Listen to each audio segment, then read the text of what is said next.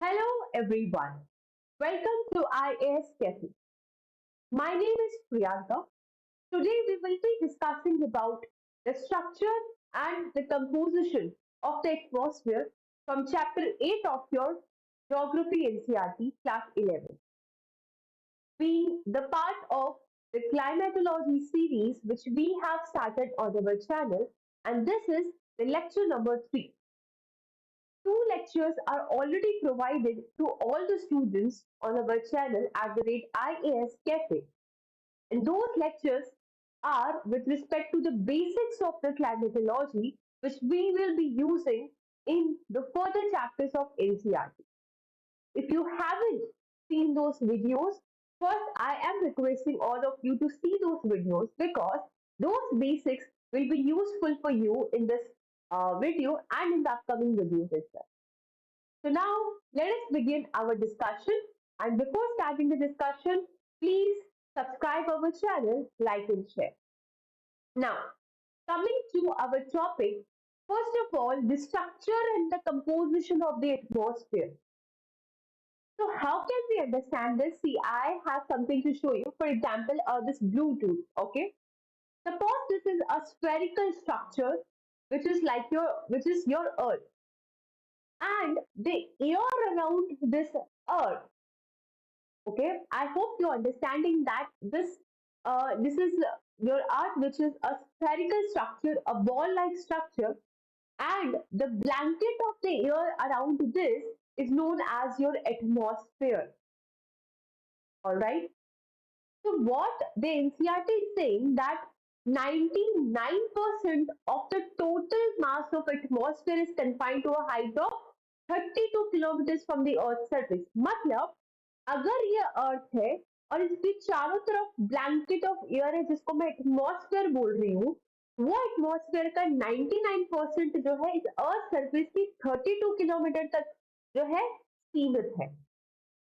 I repeat, if this is the Earth's surface, then 99% of the total mass of the atmosphere is at the height of 32 kilometers from the Earth's surface. I expect कि आप सबको इतना पता है कि हम अर्थ के अंदर नहीं रह रहे हैं, हम इस अर्थ की सरफेस के ऊपर खड़े हुए हैं. कुछ सीधे हैं, कुछ इस तरह से लटके हुए हैं, है ना. और हम गिर क्यों नहीं रहे? क्योंकि ग्रेविटी के फोर्स की वजह से. ठीक है, फॉर एग्जाम्पल ये अर्थ है तो मैं इस तरह से खड़ी हूँ, इस तरह से खड़ी हूँ, इस तरह से खड़ी हूँ, और किस सरफेस पे हम है और हमको जो ब्लैंकेट ऑफ एयर फील हो रहा है वो हमारा एटमॉस्फेयर है. एंड उसका 99% जो हिस्सा है वो 32 जो किलोमीटर है वहां तक आपके पास सीमित है. Alright, so this atmosphere is composed of three things. पहली है कि आपको यहाँ पे गैसेस मिलेंगी, वाटर वेपर मिलेगा और डस्ट पार्टिकल्स जो है वो भी आपको मिलेंगे यहाँ पे. ठीक है, so you will be finding three things in the atmosphere. You will find the gases, the water vapor and the dust particles. Now we will have a look on all these three each one by one. सबसे पहले बात कर लेते हैं gases के बारे में. If I talk about that this is the Earth's surface, ठीक है, if I am saying कि ये अगर मेरा अर्थ सरफेस है और इसके चारों तरफ I am facing a blanket of the air जिसको मैंने एटमॉस्फेयर बोला है, कुछ इस तरह से आप बोल सकते हैं कि इसके चारों तरफ एक ब्लैंकेट है एयर की जिसको मैं एटमॉस्फेयर बोल रही हूँ, उसमें सबसे ज्यादा जो गैस प्रेजेंट है वो है nitrogen. It is 78%. Here, after this nitrogen, you are having 21% oxygen. Sir boring नहीं है, ध्यान से सुन लेंगे सब लोग. यूपीएससी पूछेगा प्रीलिम्स में बार बार, नियॉन दे देगा, आर्गन दे देगा, कार्बन डाइऑक्साइड दे देगा, ऑक्सीजन दे देगा, फिर पूछेगा कि क्रोनोलॉजी बता दो भाई, सबसे ज्यादा नाइट्रोजन है कि ऑक्सीजन है कि क्या है. ठीक है, so you must know this that 78% is your nitrogen, 21% is your oxygen. तो सर आप क्यों बोलते हो कि जब भी हम क्लाइमेट चेंज पढ़ते हैं ये कार्बन डाइऑक्साइड बीच में कहां से आ जाता है? जब सबसे ज्यादा नाइट्रोजन है फिर आपके पास ऑक्सीजन है, then why this CO2 is in the news every time? Because This carbon dioxide acts as a greenhouse gas. What is greenhouse gas? We will be seeing this in the upcoming slide. Okay? So present closer to the Earth's surface, the concentration decreases on the high altitude. तो जब इस surface के पास में हो आप, तब तक इन gases का कंसंट्रेशन अच्छा खासा है. जैसे सरफेस की आप थोड़ी सी हाइट पे जाओगे, हायर एल्टीट्यूड पे जाओगे, तो इनका कंसंट्रेशन जो है कम होने लगता है. ऑक्सीजन की अगर मैं बात करूं तो 120 किलोमीटर, ये जो अर्थ की सरफेस की 120 किलोमीटर तक आपको ऑक्सीजन मिलेगा, उसके बाद रेयर हो जाता है. कभी आपने माउंटेन ट्रैकिंग करी होगी, लद्दाख गए होंगे, हिमालय के पर्वत अगर आपने चढ़े होंगे, तो यू मस्ट हैव सीन कि आपको सांस लेने में दिक्कत आ रही है, आपको ऑक्सीजन नहीं मिल पा रहा है वहां पे. वाई? बिकॉज जब आप एल्टीट्यूड पे जाते हो, इन गैसेस का जो कॉन्सेंट्रेशन होता है वो कम हो जाता है. ठीक है? उसी तरह से अगर हम वाटर वेपर के बारे में बात करें, वो भी सिर्फ 90 किलोमीटर तक रहेगा, उसके आगे वो भी आपको कम मिलेगा. अब ये गैसेस का रोल क्या है एटमॉस्फेयर में? सबसे पहले तो जो भी स्पीशीज यहाँ पे है, उनको जिंदा रखने का काम यही कर रही है. For example human beings, we are breathing because of oxygen, we are releasing carbon dioxide. If you talk about the trees, they are inhaling the CO2, they are releasing the oxygen in the daytime, right? They have certain mechanisms, C4 mechanisms, the Krebs anatomy, I'm so sorry, right? Second, trapping of the heat near the Earth's surface by a process known as greenhouse effect. Now, the main topic comes. दूसरा function जो gases का है वो क्या हो जाता है कि जो हीट है उसको ट्रैप करती है in a process known as green house effect. अब ये क्या है उसको हम समझते हैं. सबसे पहले तो ये समझने के लिए आपको बेसिक वाले लेक्चर आप देख के आएंगे, लेक्चर नंबर 1 और 2, तब आपको बहुत ज्यादा क्लियरिटी से समझ में आएगा, क्योंकि उसमें हमने, चलो शॉर्ट में फिर से बता देते हैं कि अगर कोई, लेकिन यहाँ पे हम सिर्फ ब्रीफ में बात करेंगे, डिटेल में you can see those lectures. अगर कोई हॉटर ऑब्जेक्ट है, फॉर एग्जाम्पल सन, ठीक है, तो इससे जो हीट एनर्जी निकलती है वो बहुत ही ज्यादा हाई इंटेंसिटी की होती है. ठीक है? अगर कोई हॉटर ऑब्जेक्ट है, उससे अगर कोई हीट एनर्जी निकल रही है तो वो बहुत ही हाई इंटेंसिटी की होगी, यानी कि ये जो वेव्स आ रही है ये फास्ट आएगी, लेकिन इनकी जो वेव लेंथ होगी वो छोटी होगी, इस तरह से आएंगी, इस तरह से. ठीक है, ये देखिए. बट अगर कोई कंपैरेटिवली कूलर ऑब्जेक्ट है, यानी कि ठंडा ऑब्जेक्ट है, तो वहां ये धीरे स्पीड से आएगी, लेकिन इनकी जो वेव लेंथ है कुछ इस तरह से ज्यादा होगी. समझ आ गया? दैट हॉटर ऑब्जेक्ट यानी कि शॉर्टर वेवलेंथ, और यहाँ पे आपके पास ये क्या है, लॉन्गर वेवलेंथ. ये चीज क्लियर है? ठीक है. अब ग्रीन हाउस इफेक्ट को आप समझो कि जो आपके ठंडे इलाके होते हैं, पहली बात तो ये ध्यान रखो, जैसे कि जो पोलर एरियाज हो गए, जहाँ पे सनलाइट नहीं होती है, जो ठंडे इलाके होते हैं, वहां पे वेजिटेशन, पेड़ पौधे आसानी से उग नहीं पाते, because it is extreme condition. Photosynthesis तो करेंगे, सनलाइट तो चाहिए, हीट तो चाहिए, कुछ तो चाहिए, एकदम ठंडे मौसम में नहीं हो सकता. तो वहां क्या होता है कि एक ग्लास का घर बना देते हैं. ग्लास, पानी का ग्लास नहीं, शीशे वाला, है ना, ग्लास का यहाँ पे बना देते हैं घर. अब जब कभी भी सन आता है छोटे से टाइम पीरियड के लिए, तो यहाँ से जो रेडिएशन आती है, ध्यान से सुनेंगे, जो हॉटर ऑब्जेक्ट से आपके पास रेडिएशन आएगी वो तो फुल इंटेंसिटी से आएगी, है ना, और शॉर्टर वेवलेंथ होगा, तो इसको क्रॉस कर जाएगी. जब क्रॉस कर जाएगी तो अंदर क्या हो रहा है, गर्मी दे रहा है, हीटिंग हो रही है. बट अब नाइट वाला जो टाइम होता है या फिर जब सन नहीं होता है, तो ये जो चीज गर्म हुई है वो वापस एनर्जी बाहर निकालने की कोशिश करेगी, ट्रांसमिट करेगी. लेकिन कंपैरेटिवली ये ठंडी है, ठंडी है तो ये स्लो इंटेंसिटी से जाएगी, और स्लो इंटेंसिटी से जाएगी तो ये बाहर पेनिट्रेट नहीं कर पाती है, ये यही रह जाती है, और एज अ रिजल्ट ये हाउस जो ग्लास का बना है वो वार्म हो जाता है. I repeat the process. For example ये क्या है, मेरे पास एक ग्लास का हाउस है. This is a house made up of a glass. Firstly I am saying heat energy is coming from the sun, which is a hotter object. So the energy which will come from this heat will be of high intensity and the shorter wavelength. तो अगर high intensity होगी, shorter wavelength होगी, तो ये आसानी से इसको penetrate कर पाएगी। पेनेट्रेट कर दिया था, इसने यहाँ पे क्या कर दी, हीटिंग कर दिया। अब ये हीट हो गया, नाइट का टाइम जब होगा तो जो ऑब्जेक्ट हीट हो जाता है वो अपनी हीट वापस रिलीज भी करता है, उसको ट्रांसमिशन ऑफ हीट कहते हैं। तो जब ये ट्रांसमिशन करेगा तो इसके कंपेयर में ये थोड़ा ठंडा है, तो ये जब ठंडा है तो इसका वेवलेंथ ज्यादा होगा, इंटेंसिटी कम होगी और ये इसको पेनिट्रेट नहीं कर पा रहा है, यानी हीट अंदर ही एब्जॉर्ब हो गई है। समझ रहे हो कि जो हीट है वो अंदर ही एब्जॉर्ब हो गई है। तो यहाँ फिर इसका पूरा जो टेम्परेचर है वो वार्म हो जाता है, एक कोजी सा टेम्परेचर हो जाता है, जिसकी वजह से it is a suitable condition for the growth of the plants. तो ये जो इफेक्ट है इसको हम ग्रीन हाउस इफेक्ट बोलते हैं। ठीक है जी, that is house made of glass that can be used to grow the plants. The sun's radiations warm the plants and the air inside the greenhouse.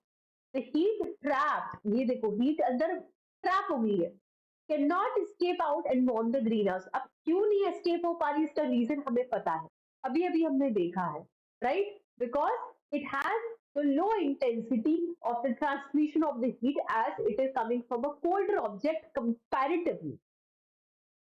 Now, यहाँ पे आप अच्छे से देखो, ये है एक natural green house effect.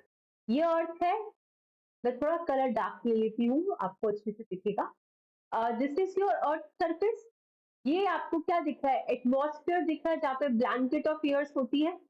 Atmosphere में हमने क्या देखा है, गैसेस होती है, वाटर वेपर होता है, डस्ट पार्टिकल्स होती है, तो गैसेस दिख रही है, CO2 है, CH4 है, ठीक है। और यहाँ पे सोलर हीट आ रही है। ये ग्रीन हाउस जो इफेक्ट है, इसको थोड़ा सा आप अच्छे से समझेंगे, ये तो हमने आपको एक वो फिनोमेना दिखाया। अब इसको अर्थ के कंटेक्स्ट में देखो, फिर डायग्राम दिखा दी। अब अर्थ के कंटेक्स्ट में ये तो एक ग्रीन हाउस का स्ट्रक्चर था, जहां से हमने हमारे एनवायरमेंट के लिए भी ये टर्म यूज कर लिया है। ये हमारा अर्थ है और ये हमारे पास क्या है, इसके आसपास एटमॉस्फेयर है। एटमॉस्फेयर में हमने बोला कि यहाँ पे गैसेस होती है, वाटर वेपर होता है, डस्ट पार्टिकल होता है, and we said that green house gases responsible है ग्रीन हाउस इफेक्ट के लिए। मतलब कुछ गैसेस ऐसी होती है जो हीट को ट्रैप करने में मदद करती है, यानी कि जब आपकी सन से रेडिएशन आ रही है तब तो वहां से वो क्रॉस आउट कर जाएंगे। मैं क्या कहने की कोशिश कर रही हूँ, यहाँ आप देखो कि अगर सन रेडिएशन, ये आपकी अर्थ की सरफेस है, ये आपका एटमॉस्फेयर है। अब सन से जो रेडिएशन आएगी, प्लीज यहीं पे बेसिक कंसेप्ट काम आते हैं, वो हाई इंटेंसिटी के होंगे सर, वेवलेंथ कम होगी, तो आसानी से पेनिट्रेट कर पा रहे हैं इन गैसेस को। कौन सी गैसेस को, कार्बन डाइऑक्साइड हो गई, मीथेन हो गई, नाइट्रस ऑक्साइड हो गई, वाटर वेपर हो गई। लेकिन जब रात में ये अर्थ अपनी हीट एनर्जी को वापस ट्रांसमिट करने की कोशिश करती है, तब ये गैसेस इस हीट को एब्जॉर्ब कर लेते हैं, अपने अंदर से पास नहीं होने देते हैं। फिर से समझो, ये बहुत इंपॉर्टेंट है, इसको मिस मत करना, वरना कुछ समझ नहीं आएगा।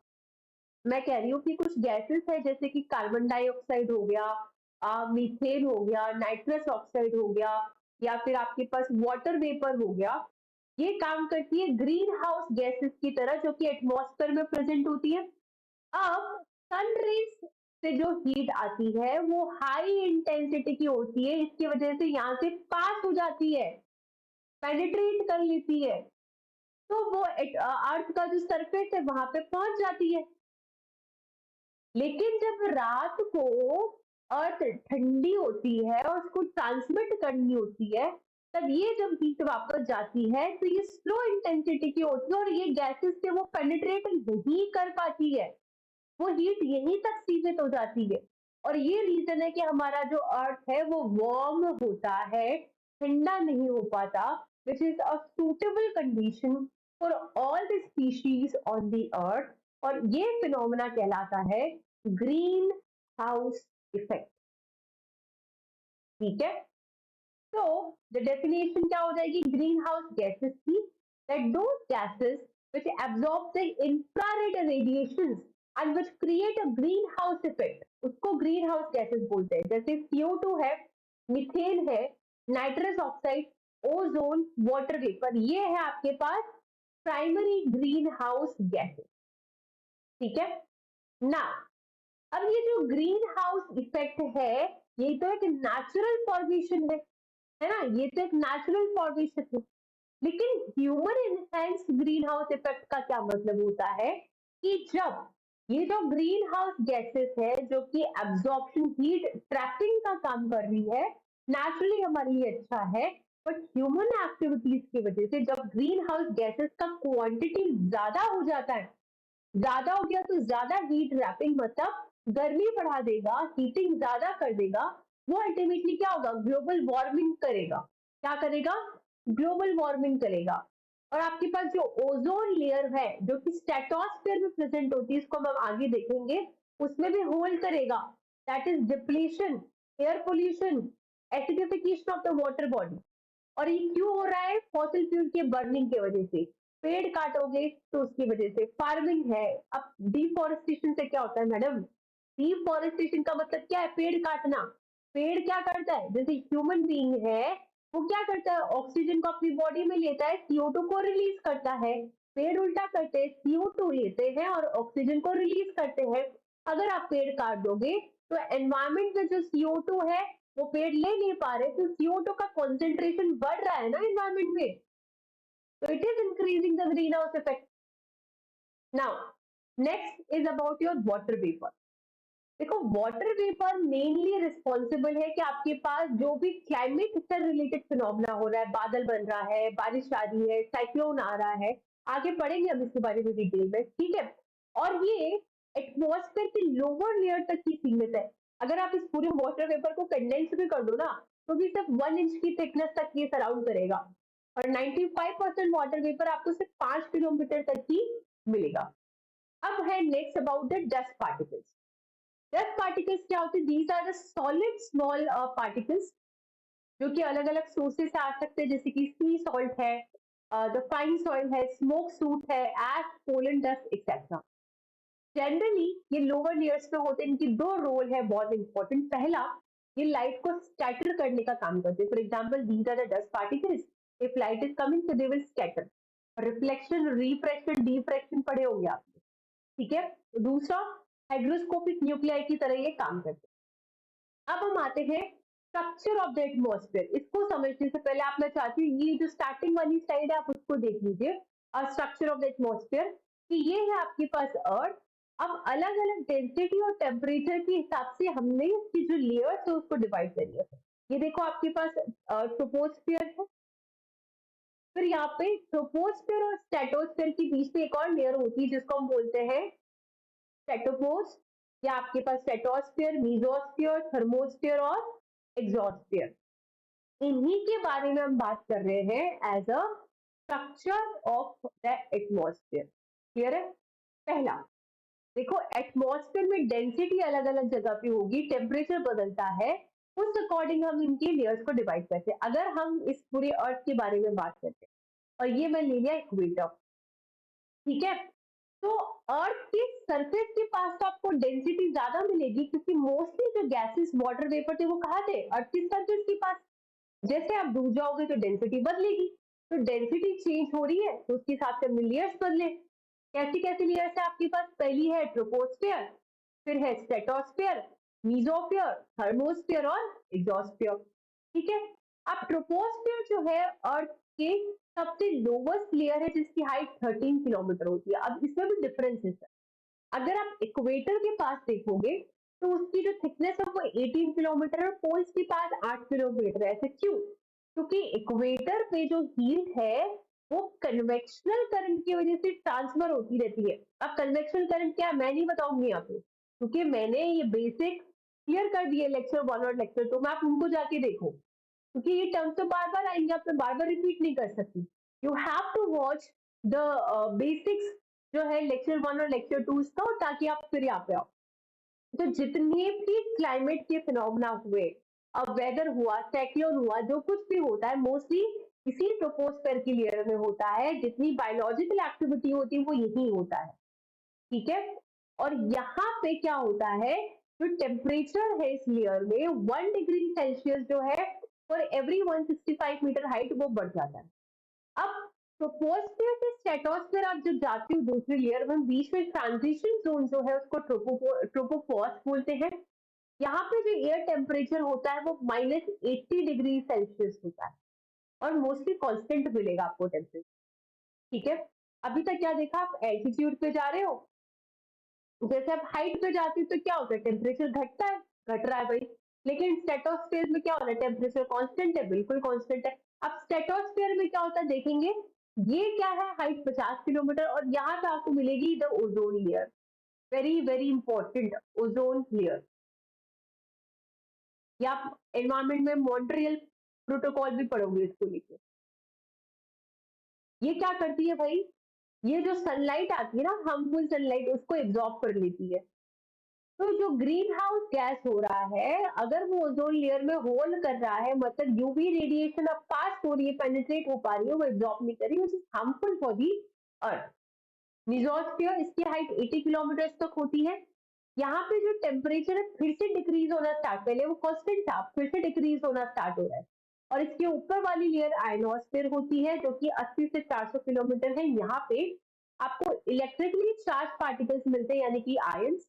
जो रेडियो वेव्स है वो यही ट्रांसमिट होती है। यहाँ पे इंटरेस्टिंगली जो टेम्परेचर है वो इंक्रीज होना स्टार्ट होता है, क्योंकि यहाँ पे ये आयंस जो प्रेजेंट है उनकी वजह से हीटिंग होती है। नाउ एग्जॉस्फेयर, ये आपके पास अपर मोस्ट लेयर है एटमॉस्फेयर। तो this was the first chapter of the NCERT, जो कि क्लाइमेटोलॉजी से रिलेटेड था। You can now read the chapter 8 of the NCERT, which talk about the structure and the composition of the atmosphere.